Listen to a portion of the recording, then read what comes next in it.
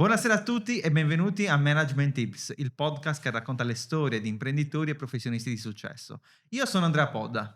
Ciao, io sono Giada Melis e insieme ad Andrea abbiamo fondato l'Amma Benco e siamo anche soci di OSM, Open Source Management. Mi rende sempre molto orgogliosa presentare degli ospiti che in qualche modo sono sardi per scelta. Infatti oggi abbiamo la fortuna di avere qua un grandissimo imprenditore francese, Jean-Paul Treguet. Ciao Jean-Paul, benvenuto. Ciao Cari, Jean-Paul, ciao benvenuto. amici, ciao. Allora Jean-Paul, intanto come dicevo nella presentazione ti ho definito un sardo per scelta. Hai ragione. Però possiamo partire con il presentarti, per chi ti conosce meno, per sapere un po' insomma chi sei e di cosa ti occupi. Ok, va bene. Allora, grazie a voi prima di invitarmi. Sono molto felice di essere qui perché quello che voi fate per la Sardegna è veramente fantastico. Grazie, Jean-Paul. Ve l'ho già detto, ma trovo che avete un'energia assolutamente fantastica e aiutate questa Sardegna che adoriamo con Isabel, mia moglie, da 6 anni, perché noi eravamo a Parigi, volevamo vivere in Italia, forse vi spiegherò dopo perché. E un giorno Isabella ha visto una puntata alla TV francese sulla Sardegna del Sud e mi ha detto, era un martedì sera, e io avevo un appuntamento con un cliente e quando sono tornato lei mi ha detto: ho visto una cosa fantastica, perché non ci andiamo? Il venerdì abbiamo preso un aereo e siamo arrivati. Dal martedì al A venerdì. Cagliari, sì. Abbiamo preso la litoranea e quando siamo arrivati veramente a Capoboi, davanti a Villa Simius, ci siamo detti: ah, è qui che vogliamo vivere. Un colpo di veramente fulmine. un Sì. colpo di fulmine. Siamo andati sulla piazzetta centrale di Villa Simius, prendere un caffè, c'è un'agenzia immobiliare. Siamo entrati e abbiamo detto: buongiorno, vogliamo comprare qui. E il ragazzo che abbiamo incontrato ha detto: ah, voi venite in vacanze qui da quanti anni? No, siamo arrivati 2 minuti fa. Ma siete sicuri? Lo sappiamo, è qui. Abbiamo visitato alla fine 25 case e abbiamo scelto la nostra, e è la più bella scelta di vita che abbiamo fatto 6 anni fa, perché abbiamo scelto il paradiso e viviamo nel paradiso. Allora tu mi chiedevi da dove vengo, eccetera. Io sono un figlio di un militare, il mio papà era nell'esercito in Francia, e di una professoressa, ok?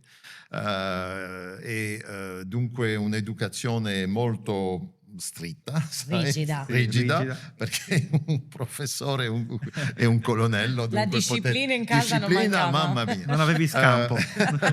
E dunque ho vissuto molto felice con i miei genitori, e ho vissuto 3 anni a Vicenza quando avevo 5 anni. Ah. Il mio papà era colonnello, era mandato a questa base della NATO, la base Ederle, dove c'era un colonnello italiano, un colonnello americano, un colonnello francese, come nelle barzellette. Sì.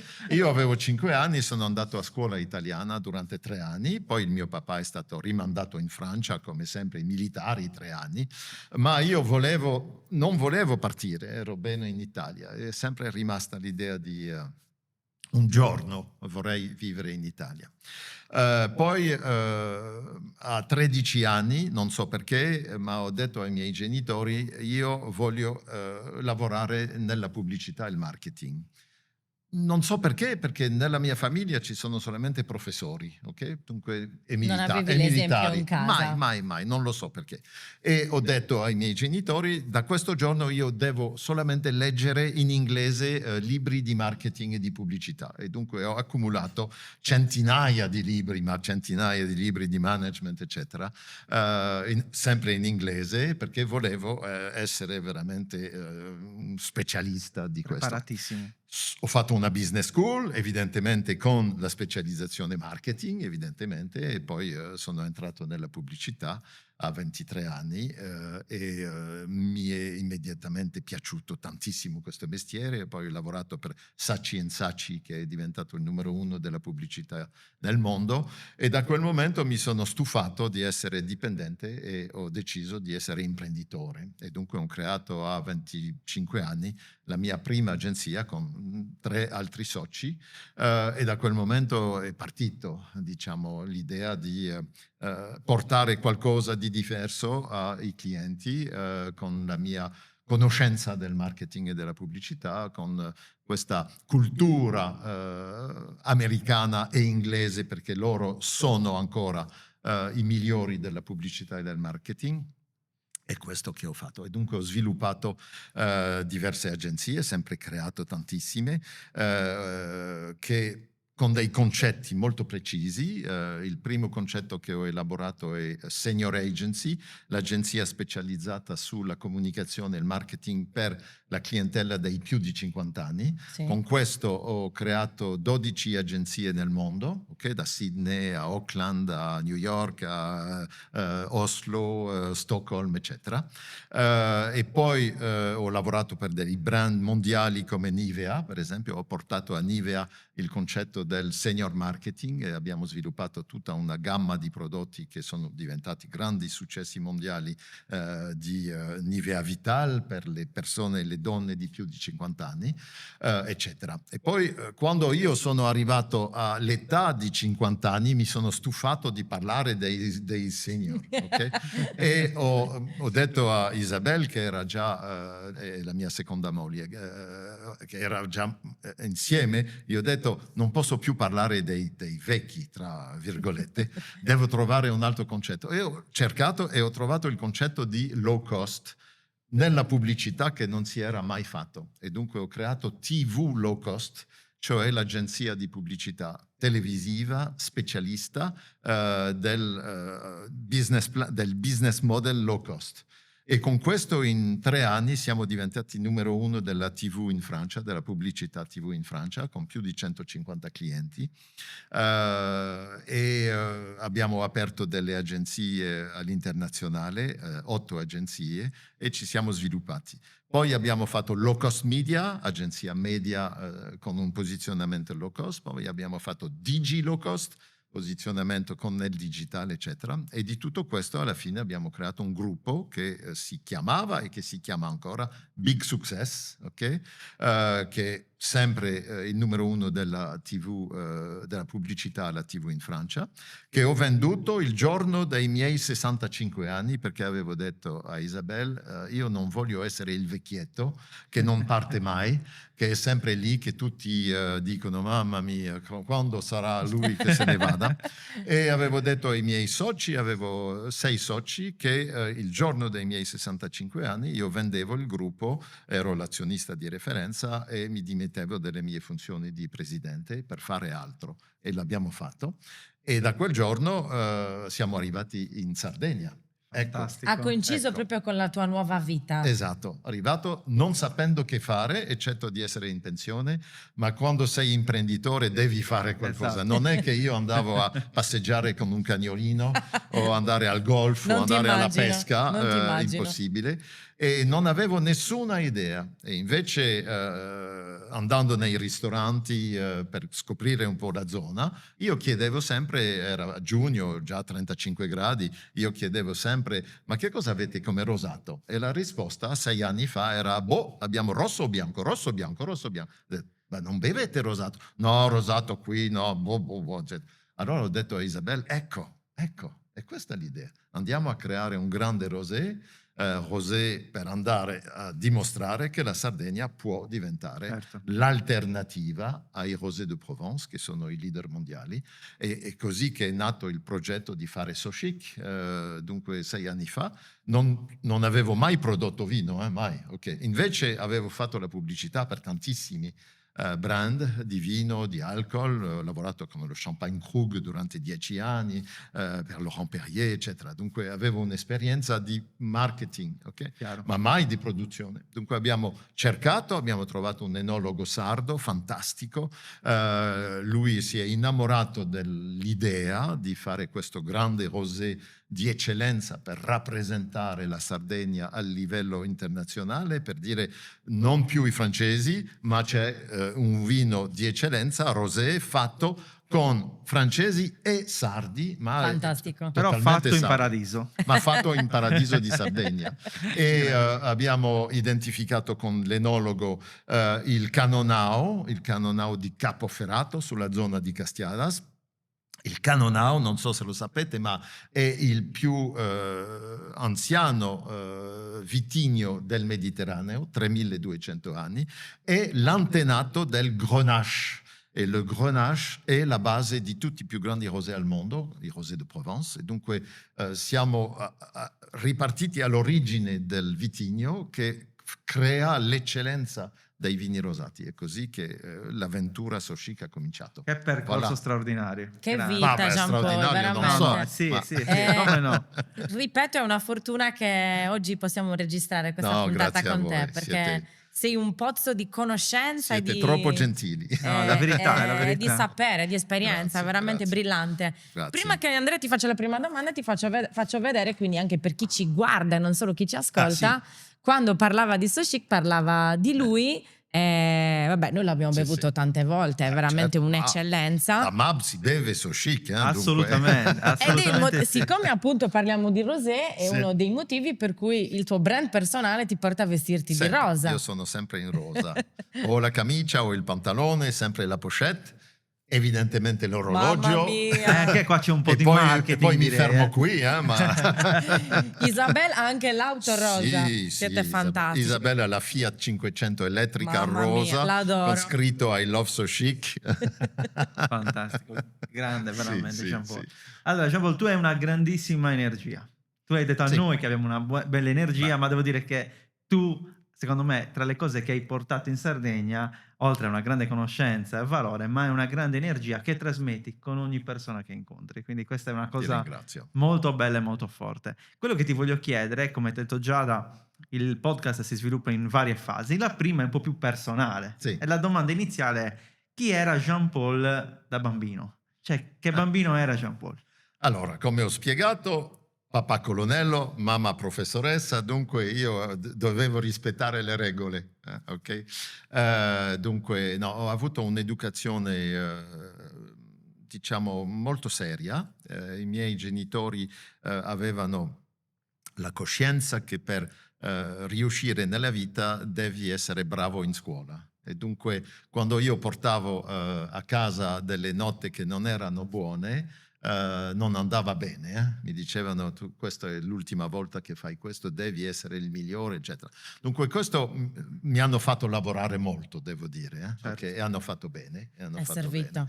Ha servito molto, dunque una cosa certamente è che io ero un bambino serio, perché ascoltavo i miei genitori e lavoravo e leggevo, dunque questa è una cosa certa. Poi ero un po' rumoroso già, un po' attivo, un po', sai, e dunque loro avevano bisogno di canalizzare un po' questa energia. Figlio certamente. unico? No, siamo in quattro. Ok. Dunque un altro fratello, tutti i maggiori, io sono il piccolino, Il piccolo. e due sorelle, tutti professori, diverse cose, di lingue. Nella famiglia amiamo molto le lingue, dunque la mia sorella maggiore è una professoressa che ha lavorato alla Sorbonne, specialista spagnola, specialista mondiale dei murales, e dunque quando siamo arrivati in Sardegna lei mi ha detto devo venire perché evidentemente Murales, bello. Orgosolo e tutto questo Certo. è importante. Lei ha scritto libro, ha fatto conferenza. L'altra è una professoressa di inglese, ok? Il mio fratello è un professore di management, ok? E dunque vedi, sono stato in questo quadro. Comunque, no, io penso che ero un ragazzo abbastanza serio, ok? Molto attivo, ma sempre rispettato molto l'autorità. E dunque, no, un bravo ragazzo, devo dire. Non ho creato problemi ai miei genitori, mai. Non sono Bravo. mai Beh, stato... la disciplina è sicuramente Disciplina, sì. un valore che ti hanno trasferito. L'autorità. Mi hanno fatto capire l'importanza dell'autorità e dunque ho sempre pensato che l'autorità è giusta, deve essere giusta, e i miei genitori sono sempre stati giusti, molto amanti, ma giusti. Quando qualcosa non andava, guai. Grande insegnamento. Grande questo. insegnamento, Attenzione, sicuramente attenzione. Sì, questo sì. si evince. Sì. Hai detto una cosa che mi ha colpito. A 13 anni ho Sì. deciso in maniera anche controtendenza in Sì, casa, perché sì, tutti sì. hanno fatto altro, anche i tuoi fratelli. Sì, sì, no, io non so perché. Cosa ti ha spinto? Che cosa ti incuriosiva di quel mondo? No, beh, non ti po veramente è un mistero per me. Non so perché ho deciso questo, non lo so. Forse avevo visto la pubblicità alla TV, forse Sì, non lo so. Veramente, ma è stata una visione chiarissima. Ho detto a 13 anni voglio essere in questo mestiere, voglio creare delle pubblicità, voglio fare marketing, voglio lavorare per i brand, sempre affascinato di questo. E poi leggendo, come ve l'ho detto, ho letto e continuo a leggere. Ancora ieri Amazon mi ha portato un libro di un pubblicitario francese con chi ho avuto il piacere di lavorare, che ha scritto un bel libro. Dunque io leggo sempre libri in tutte le lingue, anche poco a poco mi sono abituato a leggere in italiano e anche a scrivere in italiano. Ok? bravo, certo, Ma parliamo infatti. no, questo mestiere è un mestiere straordinario, quello di marketing e di pubblicità, perché è specialmente pubblicitario, perché non ti annoi mai.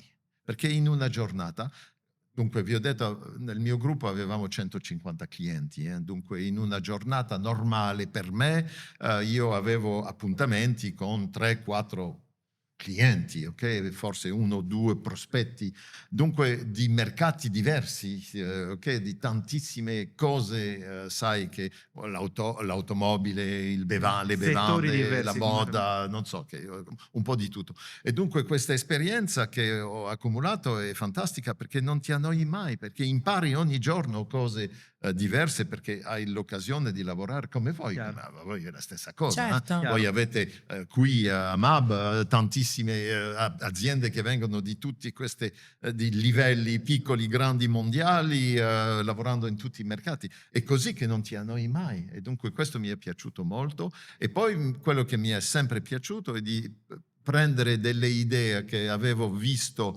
fatte per un mercato e di utilizzarle su un altro mercato. E dunque questa è la È vero. creatività, la la contaminazione. contaminazione, la creatività, l'emulazione psicologica, intellettuale, perché è un mondo veramente affascinante. Oggi io lavoro molto con l'intelligenza artificiale evidentemente, ho dei ragazzi che hanno lavorato con me che sono un po' dappertutto in Europa con chi lavoro a distanza, che si sono anche loro diciamo appassionati per l'intelligenza artificiale e quello che ci permette di fare in un modo incredibilmente economico e rapido. E questo è una emulazione, è giusto Sì. la parola, emulazione intellettuale fantastica.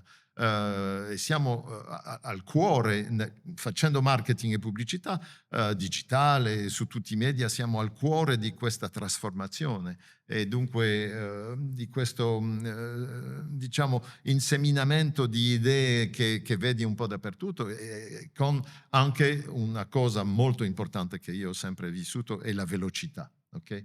Fast or last, la Verissimo. velocità. E io sono sempre stato con le mie squadre, con i miei clienti su questo dicendo andiamo rapidamente perché se non vai rapidamente gli altri vanno a prenderti la Certo, posizione. Dunque è questo che mi è Verissimo. sempre piaciuto. concordo. Jean Paul, tu hai avuto una traiettoria di vita professionale e personale veramente importante, nel senso, immagino che anche gestendo azienda in maniera così importante, tanti brand, tanti mercati, come hai detto tu, hai avuto tantissime esperienze e tantissime fasi. Ci sono stati dei momenti che tu riconosci come punti di svolta della tua carriera personale e professionale? O degli Allora, incontri anche, sì, sì, magari sì. che hanno determinato la No, tua crescita? allora impari molto delle cose brutte, impari molti degli incidenti. Io avevo un gruppo che andava benissimo, che era sul punto di realizzare 2 milioni di euro di profitto before tax, ok? Okay. Era a dicembre, tanti anni fa. La mia agenzia gestiva grandi clienti alla TV, e grandi marche, eccetera. Tutto andava bene. E un cliente, io andavo sempre all'ufficio molto presto, ero alle 7:30 all'ufficio, e all'ufficio c'era solamente il mio direttore finanziario e io la mattina alle 7:30, e dunque lavoravamo un po' insieme, perché quando sei presidente Certo. devi guardare i conti, devi Certo. guardare i soldi, devi guardare chi ti paga e chi non ti paga. E alle 7:30 ho un cliente che mi chiama, alle 7:30, sì, Patrick, buongiorno, che cosa si passa? Lui era il direttore di Gaz de France, direttore marketing e comunicazione di Gaz de France, che è l'equivalente di Enel, se Sì. volete. Sì. E lui mi dice: Giampaolo, ho ricevuto una lettera oggi della principale TV francese, TF1, che mi dice che la campagna di giugno non è stata pagata. Ho detto: non è stata pagata? Che cosa? E ho detto: boh, mi sembra strano, perché voi ci pagate subito e noi paghiamo subito. Perché poi la TV la pagavate voi. Ecco, chiamo il mio Didier, il mio direttore finanziario. Didier, che cosa... No, lui mi dice: no, Jean-Paul, guarda, abbiamo pagato, il cliente ci ha pagato il 30 giugno, il 2 luglio abbiamo mandato i soldi all'agenzia media che tratta per noi tutte le campagne alla TV, eccetto che questa agenzia media ha organizzato una truffa enorme. Mamma mia. E i soldi partivano a Hong Kong attraverso 17 banche diverse per non vedere. Ogni banca mandava un piccolo, così ogni banca non vedeva l'importanza Grandi di questa somme. cosa.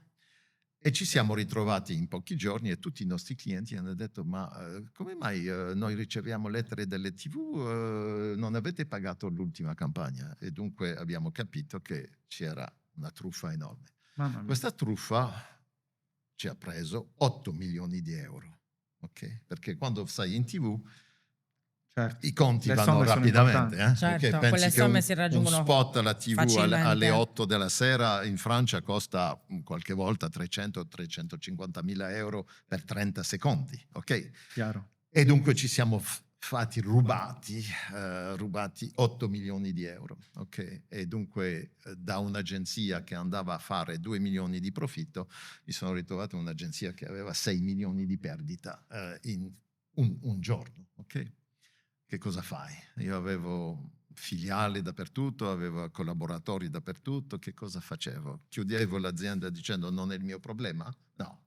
Ho detto: ok, allora andiamo a trovare le soluzioni, andiamo a negoziare con le banche, andiamo a negoziare con eccetera, ma i clienti hanno pagato, dunque loro non sono responsabili e siamo noi responsabili. Perché avevamo fatto una scelta sbagliata di un partner di media buying che era un truffatore. Certo. Ok? E non lo sapevamo, non avevamo Certo. anticipato. Seguito di questo 5 anni di lotta, sai, per continuare a sistemare le cose, negoziare, rimborsare poco a poco, eccetera. Certo. Dunque 5 anni difficilissimi, difficilissimi. Alla fine di questi 5 anni con il mio direttore finanziario abbiamo detto: non la faremo, non è possibile, non ci arriviamo perché perdiamo tutto, i profitti vanno a rimborsare questa truffa. Abbiamo deciso di depositare il bilancio, si dice così in Sì. italiano? Sì. Ok, abbiamo depositato, mi sono ritrovato davanti al giudice e il giudice molto giusto mi ha detto: signor Treguer, sappiamo che voi siete totalmente onesto, che non è colpa vostra, comunque l'azienda non può continuare, dovete trovare una soluzione. Io avevo già identificato chi poteva riprendere l'azienda, ma comunque tu passi da una posizione dove sei presidente di un'agenzia che ha grande successo a un presidente che arriva davanti al giudice per depositare. Certo. Io avevo chiuso il mio telefono per non avere il telefono che chiama quando sono davanti al giudice.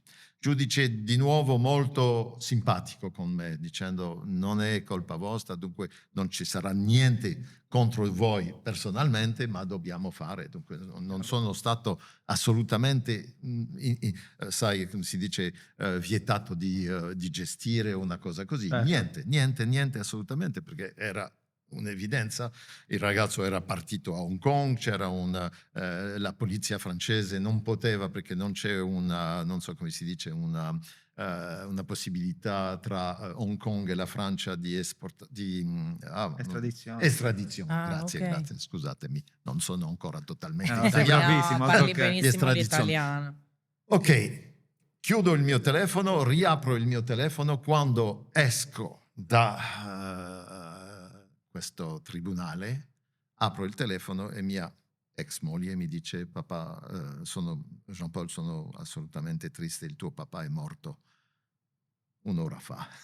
Era in ospedale. Mentre Mamma eri in mia. tribunale. Sì, dunque vedi che ti dice ok, va bene, che cosa di peggio si può Mamma passare. mia. Dunque sono passato da qua e ho ricominciato, ho venduto, dunque un gruppo ha ripreso la mia azienda, hanno ripreso 90% dei miei dipendenti e io 6 mesi dopo sono partito, dicendo che è finito. E dunque ho creato Senior Agency da zero e ne ho rifatto qualcosa. Dunque questo mi ha imparato tantissime Una grande cose. lezione questa. Grande, grande, grande lezione di essere prima sempre onesto, di non Certo. giocare mai. Dunque io non ho mai fatto una cosa illegale, mai, e non lo farò mai perché ho visto che come può essere pericoloso. Sono sempre stato trasparente con tutti i miei clienti, ho spiegato le cose, hanno capito che non era colpa mia, non ho perso un cliente nei 5 anni, sono tutti rimasti con noi, Questo vedendo vuol dire quello che tanto. facevamo, ok? Tutti i miei dipendenti avevano l'angoscia, ogni giorno mi guardavano, io dicevo, tutto bene, tranquilli, stiamo andando avanti, eccetera. Dunque io dimostravo che tutto andava bene perché la squadra non era la sua colpa e dunque non volevo perderli perché erano essenziali per continuare a gestire i nostri clienti. Dunque ho imparato molto. Bellissima molto. questa storia. Sì, Grazie per bellissimo. averla condivisa perché è di Sì. grandissimo valore. Sì, Io credo che di fronte alle avversità, alle difficoltà, c'è sempre un equivalente di un'opportunità. certo. Se in mezzo noi ci mettiamo la nostra etica, però i nostri valori, come hai fatto esattamente tu in questa Sì, esperienza, sì, sì. dove malgrado chiunque forse al posto tuo, il 90% delle persone avrebbero abbandonato tutto, non sarebbero stati di fronte al problema cercando di gestire i clienti e Sì, sì, tenerli, sì. invece tu ci hai messo la faccia e ti sei preso la responsabilità. Questa è una cosa da veri grandi, Sì. secondo me. Assolutamente, da Quello leader. che si dice in francese, quello che non ti ammazza ti rinforza, no? Forse è la stessa cosa. Assolutamente Ok? sì, certo. Dunque, poi sono uscito molto forte. Cioè ti ha Perché- trasformato in qualche modo, Certo, e certo. ti dici, e poi questa cosa che apro il telefono, mio papà muore, no? Ti dici no, non è vero, non è possibile, vedi? E Tutto dunque adesso, questo ti certo. crea Una corazza, una corazza, ecco, una corazza. bellissimo. Corazza. C'è qualche situazione, Jean-Paul, che poteva essere un'opportunità e pensi di non averla colta? Tante, oh mamma mia, tante, tante, tante. No, io avevo sempre, perché di nuovo leggo tantissimo e dunque andando alla sorsa di tutti questi libri, di tutte queste cose di tutte queste, diciamo, prima non c'era il web, oggi è ancora più facile. Dunque volevo sempre creare nuove cose, nuove aziende, eccetera. E dunque sì, non è, spesso lo vuoi fare e alla fine non ci arrivi.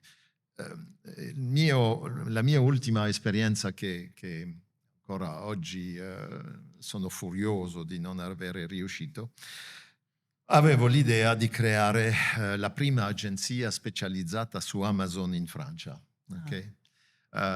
Perché vedevo bene evidentemente il successo di Amazon, l'importanza di Amazon per tutti i brand e avevo visto che in America ci sono grandi agenzie di marketing e di pubblicità 100% specializzate su Amazon.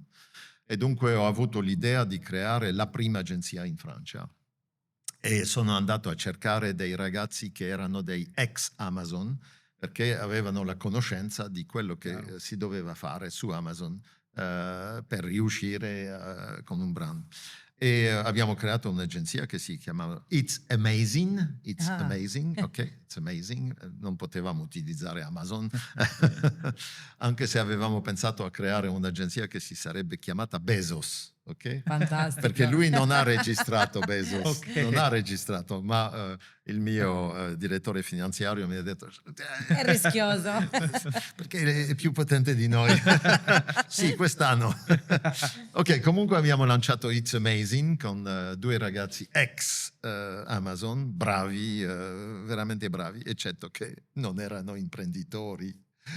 Certo. E non è perché passi 7 anni uno e 6 anni l'altro da Amazon a gestire cose che tu diventi imprenditore. E dunque Certo. abbiamo totalmente sbagliato questa cosa e dopo 9 mesi l'abbiamo chiuso perché non ci arrivavamo. E questo è un... È un rammarico, diciamo. Ecco, Dai. questo per darti tanti esempi, ne Certo, ho tanti, certo. ma ecco. è Ci una sta, cosa ci sta. Esatto, è così. Secondo te quali sono oggi, visto che ci ascoltano tanti imprenditori, tanti giovani imprenditori anche, gli errori sia da un punto di vista imprenditoriale generale e poi anche sul marketing che tu noti che tante aziende fanno? Sia a livello imprenditoriale, ma anche poi, visto che oggi parleremo anche di marketing, lato marketing, cos'è che si sbaglia? Quello che si sbaglia è che non c'è buon senso.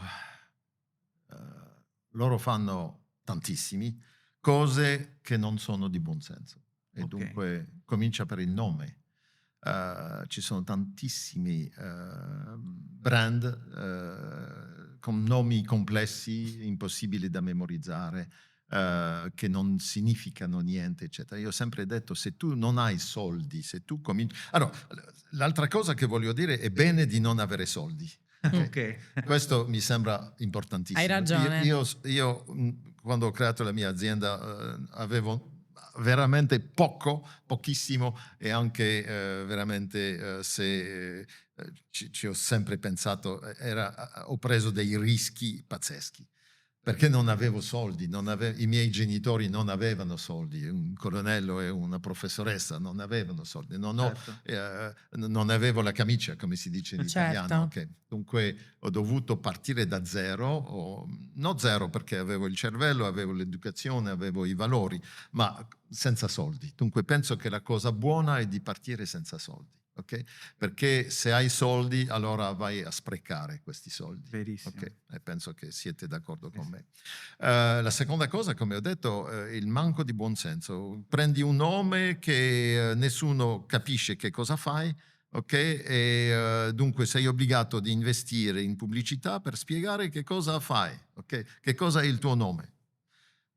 La distribuzione italiana è fantastica per questo. Sono passato questa mattina prima di arrivare qui, sono andato al centro commerciale, c'è per dormire, poltrone sofà, materassi. La distribuzione italiana ha un grande buonsenso, ok? Ma che in tantissimi altri settori non c'è. Okay? Ok. Dunque il nome deve significare quello che fai. Poi le aziende vogliono fare tutto. Io dico sempre fai una cosa, ma la fai bene, una sola cosa. Certo. Quando sei sicuro di essere il leader su questa cosa, di essere riconosciuto come la referenza su questa cosa, allora puoi fare una seconda cosa, ma non Chiaro. fare... Io prendo un esempio nel mio mercato oggi del vino. Siamo l'unica azienda in Sardegna che fa solamente vino rosato, punto. E non faremmo mai altro. Ho spiegato ai miei colleghi dicendo non considerare che io sono un concorrente vostro perché voi fate 5 rossi, 5 bianchi, un rosato, 2 spumanti, 2 vini di meditazione, fate tutto questo, io faccio So Chic. Punto, vino rosato e 2 formati di bottiglia, Magnum e 75. Punto, perché io voglio essere riconosciuto, con Isabel vogliamo essere riconosciuti come la referenza del vino rosato di eccellenza in Sardegna. Così mettiamo tutti i nostri mezzi, la nostra energia, i nostri soldi su una sola cosa. E io dico sempre, ma perché fate tutto questo? Perché, sì, perché dobbiamo, eccetera. E perché dovete? Ma chi vi ha detto che dovete? Dunque, focus. Ok, Solo per questo me. consiglio, Sì. se sei un giovane Vale imprenditore, oro. ti dico che vale 1 milione di euro almeno, Ma perché è un certo. consiglio straordinario. Io credo che molto spesso questo errore che si fa è perché si tende a fare quello che fanno gli altri. non conoscendo i principi del focus che tu hai Esatto, appena citato. esatto. Infatti, a tal proposito, Jean-Paul hai scritto il marketing del buon senso, quindi è un concetto che tu Sì. riporti in tutto quello che fai. Mi fa sorridere quello che c'è scritto nella copertina. Il buon senso è come il deodorante, quelli che ne hanno più bisogno non lo usano mai. Sì. E poi parli Bellissimo. delle regole d'oro all'interno Sì, del libro. Qual è 12. secondo te quella proprio che saranno tutte importanti, se no non Sì, le avresti mamma mia. racchiuse nel tuo libro? Però ce n'è una di cui vuoi parlare in maniera particolare, di queste regole È d'oro? difficile perché amo queste 12 regole d'oro, è difficile. Certamente essere specialista è certamente una delle più importanti. Poi ce n'è un'altra, la semplicità. Essere semplice, essere chiaro, non parlare di cose complesse, devi mettere nella testa del consumatore una cosa chiara. E questo, quando vedo le pubblicità alla TV o nella stampa o sui cartelloni, tante volte io dico, ma che cosa stanno dicendo? Ma che cosa vogliono dire? Dunque, fate un messaggio di marketing il più evidente possibile, Chiaro. perché i consumatori oggi sono bombardati da migliaia di informazioni ogni giorno. C'è un studio fatto da ricercatori inglesi e americani insieme da tanti anni che ha dimostrato che in una grande città come Cagliari, un consumatore che passa la giornata a Cagliari è più o meno bombardato da 5.000 messaggi di marchi diversi. Allora, che cos'è un messaggio? Un messaggio è evidentemente la pubblicità che ascolti alla TV o che vedi sul tuo telefonino o che vedi nella strada. Ma un messaggio di brand è anche il logo della macchina che è davanti a te, Certo. ok? Il logo di Renault, di Fiat, di Alfa Romeo, non so. E anche l'insegna che vedi passando. Certo, Tutto tutto. questo sono messaggi e dunque è un bombardamento, è una veramente, si dice un infobesity, ok?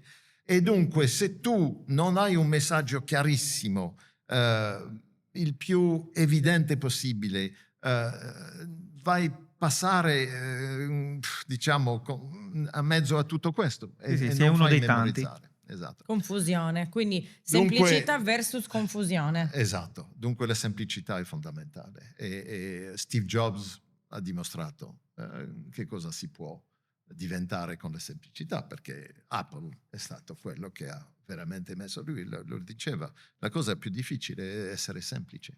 Okay? Io penso che focus e semplice sono due delle regole d'oro fondamentali, poi c'è la ripetizione, ci sono tante 12 regole d'oro, è difficile per me di dire e questa è la più importante, ma Sono Certo. tutte alla importanti. fine Ti sono chiederò tutte qualcosa importanti. sui 3 livelli del successo. Sì, assolutamente. Ma sicuramente Andrea Sì. vuole chiederti qualcosa Sì. prima. Sì, io voglio chiederti, tu sei un grande lettore, hai detto che hai letto Sì. tantissimo, da 13 anni Sì. hai iniziato a leggere in Sì. inglese tanti Il testi. problema è dove metto questi libri, perché Immagino. mia moglie diventa pazza, dice no Jean-Paul non è possibile, perché io ordino dei libri su Amazon ogni settimana, dunque... Ne conosco un altro. Io ho letto tra l'altro, adesso una curiosità, poi ti faccio la domanda. Ho letto che c'è uno studio che dice: quando tu acquisti un libro con la consapevolezza di acquistarlo, perché Sì. vuoi capire quel contenuto, quella Sì. materia o Sì. quell'autore, una parte del contenuto, anche se tu non l'hai ancora letto, l'hai già acquisita, solo perché tu hai la volontà di acquisirlo. Certo. Io ho tanti libri che non ho mai letto, Sì.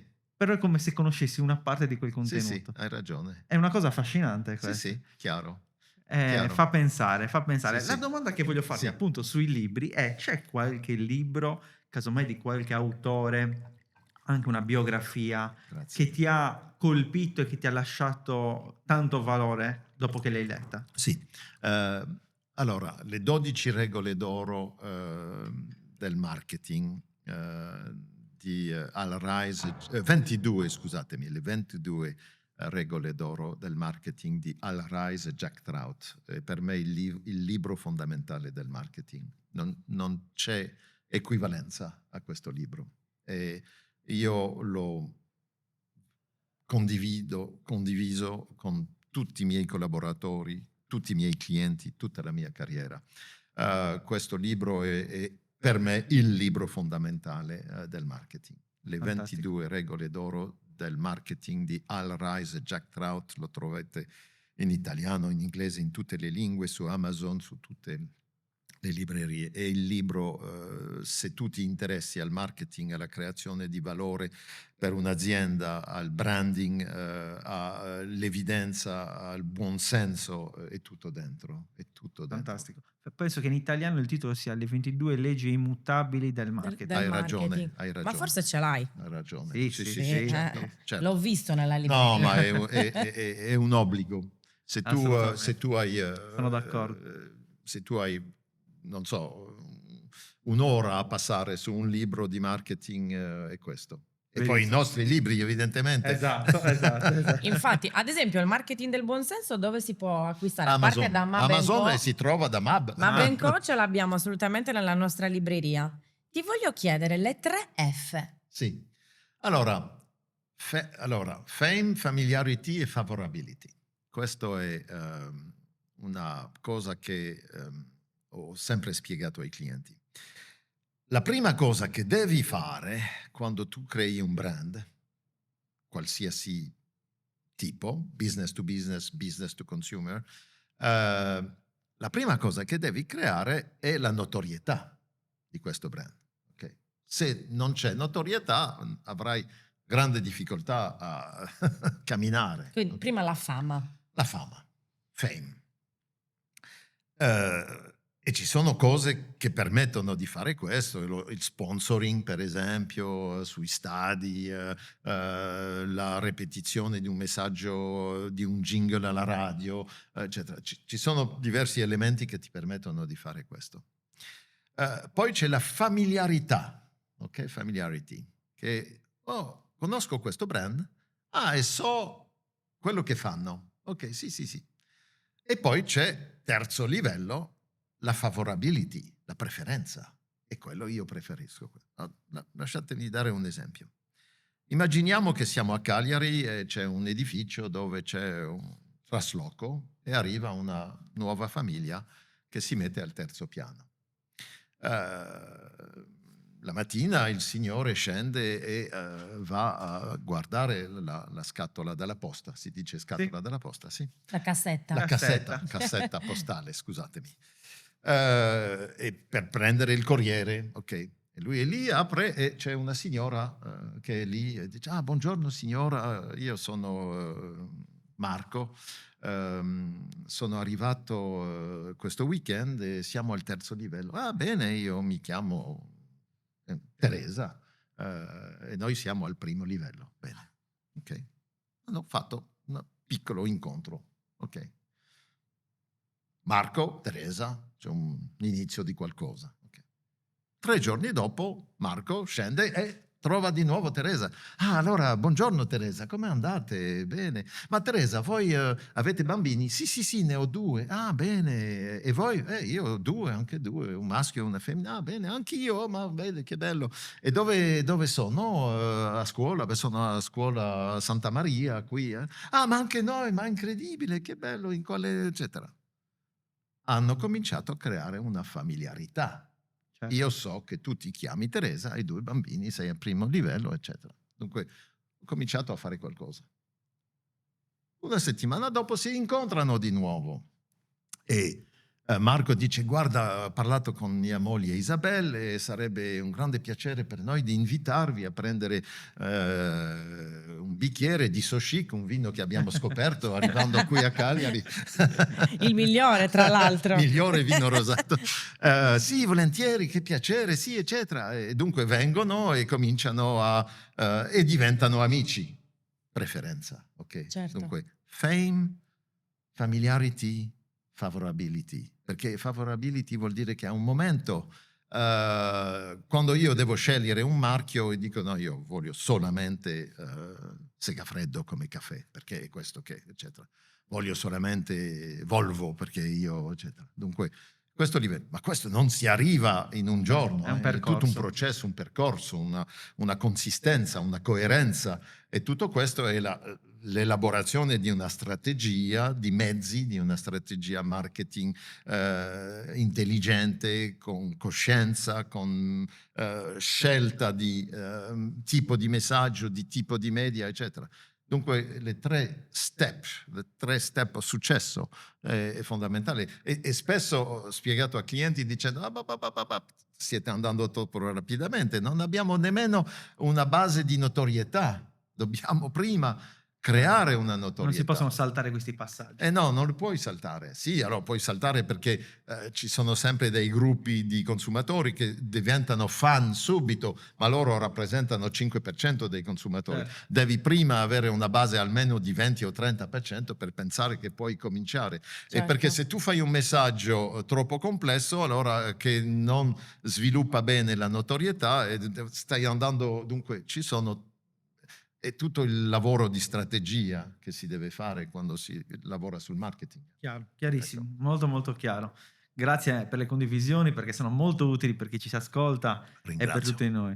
Ti voglio chiedere, Jean Paul, c'è nella tua esperienza un aneddoto o un caso di successo di marketing o un'iniziativa di marketing che nella tua esperienza con l'agenzia è particolarmente rilevante, che ti va di condividere? Qualcosa che per te è stato di grande successo fare? Allora, questo è l'inizio della mia carriera. Avevo convinto un cliente che vendeva delle scarpe. Scarpe. Scarpe. E aveva un brand americano chiamato Timberland. Conoscete Timberland? Sì, sì. Bene. Quindi un piccolo cliente. Piccolo cliente. Era un piccolo marchio in Francia all'epoca. Questo marchio era creato in America da, non so come si dice in italiano, quelli che vanno a... Italia Legna. sì, taglialegna, Sì. legna. Timber, ok, è il grido che fa il taglialegno. Quando sta cadendo l'albero. Sì, timber, ok? Ok. Timberland, dunque la terra dei Taglialegna. Taglialegna. che con la H, sì, Sì. esatto, si dice. E dunque sono scarpe molto resistenti, molto conosciute per questo, e Certo. poi hanno fatto poco a poco delle scarpe per un po' di tutto, evidentemente è diventato un marchio. E arrivano da noi dicendo non abbiamo soldi, ok? Avevano, non so, diciamo 20.000 euro, l'equivalente erano dei franchi, ma di 20.000 euro dobbiamo fare conoscere questo brand. E con il nostro creativo, lavorando, abbiamo un'idea dicendo ma alla fine queste scarpe costano molto, ma hanno una resistenza incredibile e permettono di avere le stesse scarpe per i 20 prossimi anni. Sono così solidi, è vero, veramente io ho ancora dei Timberland dell'epoca, dunque che sono come nuovi, ok? Materiale incredibile, un costo molto alto, ma materiale incredibile. E parlando con Sima, chi ha bisogno di avere delle scarpe che durano molto? In tutti i tempi. E uno di noi, non mi ricordo chi, non sono stato io, un creativo, non so, dice, ma quelli che hanno bisogno di scarpe calde che possono resistere in tutti i tempi sono quelli che vivono sotto i ponti, nella strada. Ok? Come si Vero. dice in italiano? Barbone. Homeless. Sì, Sì. homeless, Come clochard. Clochard. Clochard. Ah, Sì. è la parola francese. Sì. Clochard. E noi diciamo, ma guarda, siamo nel lusso, c'è una provocazione, c'è qualcosa di interessante. E ci mettiamo a cercare un clochard che potrebbe prendere questo e portare il messaggio. E abbiamo trovato un signore che si chiamava Petit Louis, che era un clochard molto conosciuto a Saint-Germain-des-Prés, che è a Parigi. Aveva una faccia incredibile, sai? Era simpatico, beveva molto. Doveva tenersi caldo. Doveva tenersi caldo, e dunque mi ricordo vado con il creativo a incontrarlo dicendo abbiamo un'idea, non so se ti può piacere, evidentemente ti paghiamo, ti mettiamo su un conto dove tu puoi prendere ma non non prendere soldi così, ti facciamo... Cioè, e la cosa è che ti piace l'idea, avevamo fatto un disegno dove lui diceva io so il valore delle cose che durano, perché ne ho bisogno. Bellissimo. E abbiamo fatto una campagna pazzesca, incredibile. Fantastico. Abbiamo fatto un annuncio nel Figaro, mi sembra, perché la clientela, di nuovo, a chi parlavamo, erano persone che potevano mettere 300 euro in un paio di scarpe, non è Chiaro. che... ok. E è stato una follia assoluta. Immediatamente avevamo organizzato tutto il lavoro di relazioni pubbliche, avevamo un agente di relazioni pubbliche che ha lavorato, che ha mandato a tutti i giornalisti, eccetera. Durante settimane lui è stato intervistato dalle TV, ma anche TV europee, evidentemente giornalisti, radio, eccetera. È diventato una star, Petit Louis, di Timberland. Le scarpe in una settimana non c'erano più, okay? Sold out, eccetera, e abbiamo lanciato con 20.000 euro questa campagna. Dunque il potere della comunicazione. E all'epoca non c'erano i social media. Dunque infatti. pensi oggi con i social media la potenza che puoi... Sarebbe stato virale. Esattamente, Sicuramente. immediatamente. Dunque io ho ancora i libri di questa campagna con articoli di stampa, ne avevamo avuto 300, 400 articoli di stampa, tutte le TV francesi, europee, avevano, anche americane, perché Timberland è americana, eccetera. Dunque ecco un esempio Un grande della successo potenza questo. dell'idea pubblicitaria, Bellissimo, l'idea che era giusta. un'idea, sì, è sempre, come io dico sempre ai miei clienti, dobbiamo trovare la sorpresa, dobbiamo portare al consumatore un piacere, dobbiamo portare un interesse, un'emozione, e questo è la principale cosa che dobbiamo Verissimo. fare. Mi è venuta voglia di comprare un paio di Timberland. Sì, hai visto? È vero. Allora, Pegni ancora delle royalties, delle provvigioni, oppure... chissà. Allora, guarda, Jean Paul, te l'ha detto Andrea prima, hai un'energia veramente molto bella. Grazie. E rinnovo, così come ho detto all'inizio della puntata, la gratitudine del fatto che tu e Isabel abbiate scelto di stare qua, perché non solo avete scelto un posto bello dove vivere, ma voi ve lo vivete proprio il luogo. Fate community. Ora scherzavamo prima di registrare la puntata sul bagno di Ferragosto. Sì. No, di Ferragosto. Scusa, di Capodanno. Di Capodanno. Ferragosto sarebbe Ferragosto troppo facile. No, Sì, Capodanno. che abbiamo fatto a Villa Simius, sì.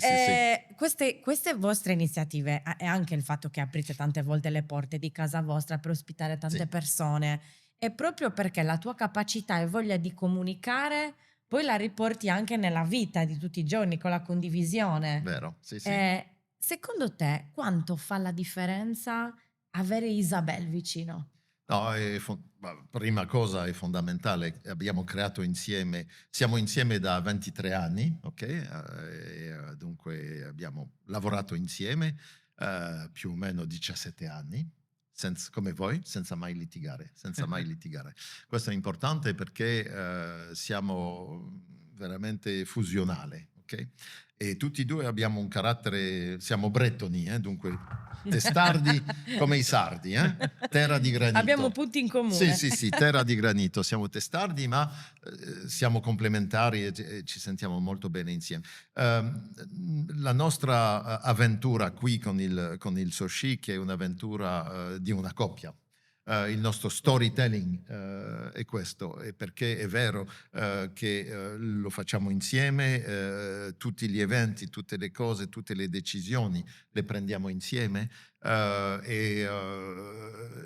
diciamo che non è il progetto di Jean-Paul o il progetto di Isabelle, è veramente una cosa insieme. Poi quando siamo arrivati qui conoscevamo nessuno, ricordatevi 6 anni fa conoscevamo l'agente immobiliare e il notaio, dunque poco a poco ci siamo creati questo network di persone e la cosa che ci ha colpito e che continua di colpire è che siamo stati accolti a bracci aperti dai sardi.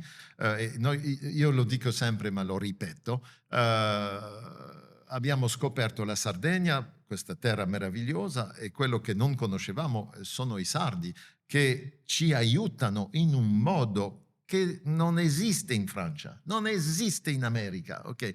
ricordate che quando il vino l'abbiamo lanciato non conoscevamo un ristoratore, niente, e sono stati i nostri amici sardi che hanno detto: allora tu vai a vedere il mio nipote che lui fa questo, tu vai a vedere il mio fratello che fa questo, ho parlato di te al direttore generale di questo, e continuano, perché in questo momento noi stiamo attaccando il mercato inglese e ci sono, come lo sapete, una diaspora sarda molto importante nel mondo, e tantissimi di questi incontri sono grazie ai sardi che hanno detto: vai a vedere il mio fratello che è a Londra che è chef, vai a vedere il mio nipote che è sommelier a Londra. Hai una rete eccetera. commerciale Fantastico. praticamente. E ci fanno questo, e questa accoglienza, questo aiuto è incredibile. Dunque noi ringraziamo la Sardegna e i sardi di questo miracolo. È un miracolo. Per questo ogni giorno io scrivo, lo sapete perché ci seguiamo, Good morning Paradiso di Sardegna e Good evening Paradiso di Sardegna, perché è un paradiso. Questo aiuto che esiste per noi,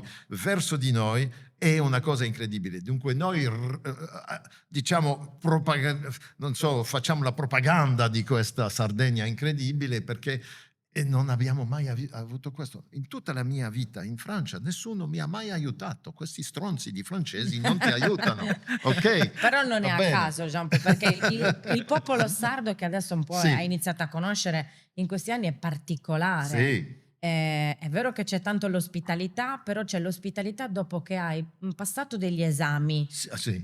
Voi Con le donne sarde. Che esami li Mamma avete mia, passati? le donne sarde che ci osservano prima di accettare. Sì, sono le donne, è una terra matriarcale. Sì, assolutamente. E dunque quando le donne sarde, va bene, non sono francesi come gli altri, Hai il pass. sono simpatici.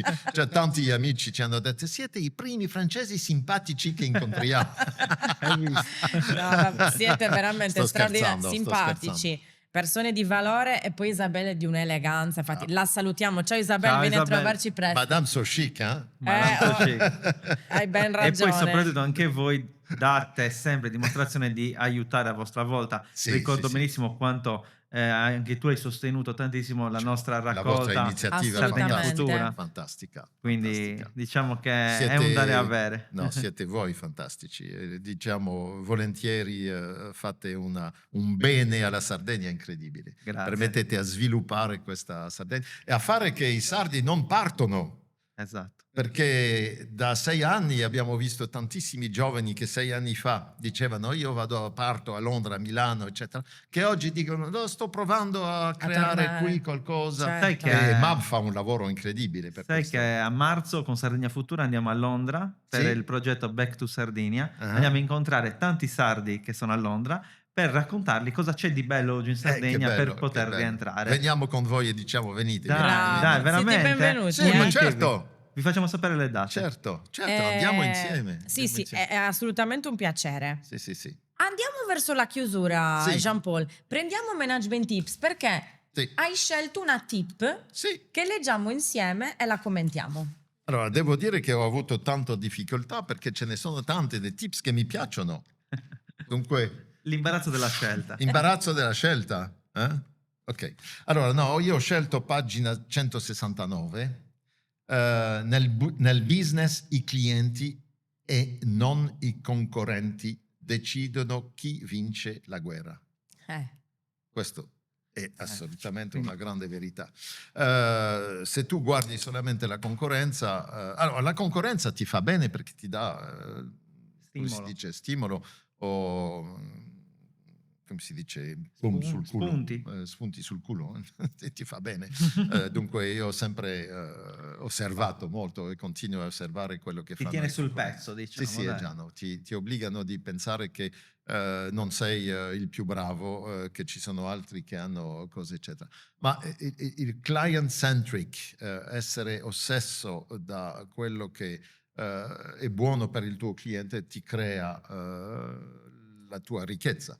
Certo. La forza che io ho sempre avuto con i miei clienti era di essere sempre molto sincero con loro, di non provare a vendere per vendere una cosa perché era buono per la mia azienda di vendere questa nuova campagna, questa cosa. Mi ricordo tantissime volte i miei clienti dicevano: dobbiamo fare una nuova campagna. Io dicevo no, non dobbiamo fare una nuova campagna.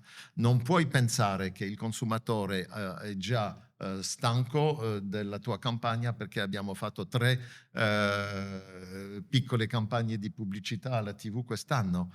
Tu pensi che perché tu vedi la tua campagna ogni giorno che è già finito, che l'hanno già... No, non è vero, dobbiamo continuare a prendere il chiodo e mettere, ok, repetition, repetition, repetition, questo è un'altra delle regole d'oro Giustissimo. che io. E dunque, diciamo, per il bene del cliente, e devi sempre pensare che cosa è bene per lui e non per te, perché se è bene per lui sarà bene per te. Certo. E questa è una filosofia che ho sempre provato a dire ai miei ragazzi e ragazze, dicendo dovete non pensare al nostro interesse, ma quello che proponiamo al cliente sarà bene per lui o no? Se nella tua coscienza dici ho un dubbio, allora non proporlo, ok? E questo Grande è verità. onestà nei rapporti, È tutto. è tutto. E io così ho avuto una fedeltà dei miei clienti. Io parlavo di Segafreddo. Segafreddo abbiamo lavorato insieme 12 anni e loro continuano con l'agenzia, sono ancora con la mia agenzia, dunque forse sono già a 17 anni di collaborazione con un brand famosissimo così, dove tutte le altre agenzie vogliono lavorare con lui e Certo. lui è fedele. Perché è fedele? Perché abbiamo applicato questa filosofia. Dunque io ho sempre avuto dei clienti che sono rimasti con me 15, 17, 20 anni, eccetera, e pensi che nella pubblicità è rarissimo. Assolutamente. Generalmente la durata di collaborazione con un'agenzia di 3-4 anni, dunque io ho avuto delle relazioni incredibilmente lunghe perché l'onestà di dire no, io non lo farei, se questo fossi i miei soldi io non lo farei, e questo il cliente... Cliente al centro, quindi. Esatto, Importante. cliente centric, sì. Che poi questa tip l'hai scelta perché sta riassumendo anche tutto quello che hai spiegato prima. Sì. È anche uno dei segreti, forse delle regole d'oro, per Sì. usare i tuoi termini, della tua grandissima carriera, Jean-Paul. Penso che grandissima carriera, non so, ma carriera. Beh, grandissima. lo Sei anche diciamo molto noi, umile. lo diciamo noi. Lunghissima, certo, questo, 42 anni. E non è finita qui, Che No, non non ho è finito, finita, c'è ancora no. tanto da fare. Certo, no, assolutamente sì. E quindi è importante, per chiudere questa puntata di Management Tips, lasciare il nostro pubblico con la tua tip personale.